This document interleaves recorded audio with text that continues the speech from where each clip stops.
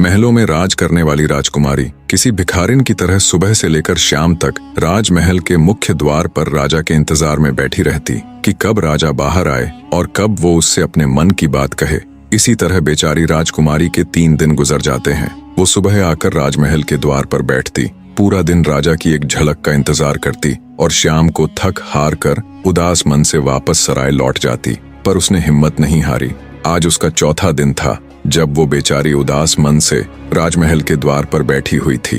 तभी राजमहल का मुख्य द्वार खुलता है और घोड़े पर सवार राजा धर्मपाल राजमहल के बाहर आते हैं। राजा को देखते ही फुर्ती के साथ राजकुमारी तारा उनके घोड़े के आगे खड़ी हो जाती है और कहती है, हे राजा महाराज, बहुत दिनों से मैं आपका इंतजार कर रही हूँ। मुझे आपसे कुछ बात करनी है। एकदम से घोड़े के सामने आई युवती को देख राजा थोड़े से असहज हो जाते हैं और कहते हैं कि कौन हो तुम? राजकुमारी तारा कुछ कहती, इससे पहले ही द्वार पर खड़े पहरेदार बोले, महाराज, ये कोई पागल लड़की है जो पिछले कुछ दिनों से आपसे मिलने की जिद कर रही है। हमने इसको बहुत बार भगाया भी, लेकिन फिर भी ये हर रोज यहाँ आ जाती है। तभी राजकुमारी तारा बोली, माफ करे महाराज, मैं कोई पागल नहीं हूँ। मैं तो एक दुखियारी स्त्री हूँ जो बड़ी उम्मीद लेकर आपसे मिलने आई हूँ। राजकुमारी की बात सुन राजा बोला, सुनो लड़की, अभी तो मैं किसी जरूरी कार्य से बाहर जा रहा हूँ। तुम कल इसी समय राज दरबार में आ जाना।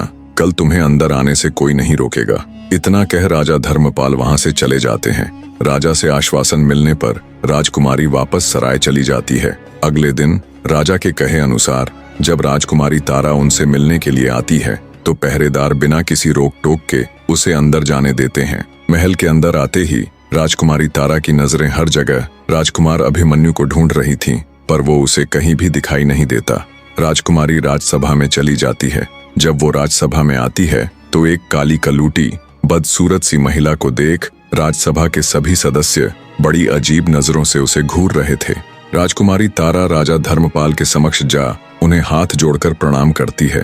तारा को देख राजा धर्मपाल बोले, अरे तुम तो वही लड़की हो ना जो कल महल के द्वार पर मेरे घोड़े के सामने खड़ी हो गई थी। कहो तुम मुझसे किस लिए मिलना चाहती थी? राजा की बात सुन राजकुमारी तारा बोली, महाराज, मेरा नाम चंदा है। मैं पास के ही राज्य से बड़ी उम्मीद लेकर आपके पास आई हूँ। आपके बारे में बहुत सुना था कि आप बड़े नेक और दयालु हैं। महाराज, मेरे परिवार में कोई नहीं है। एक माँ थी, वो भी मुझे छोड़कर चली गई। अब मेरा कोई नहीं है। आप मुझे कोई भी काम देकर नौकरी पर रख लीजिए।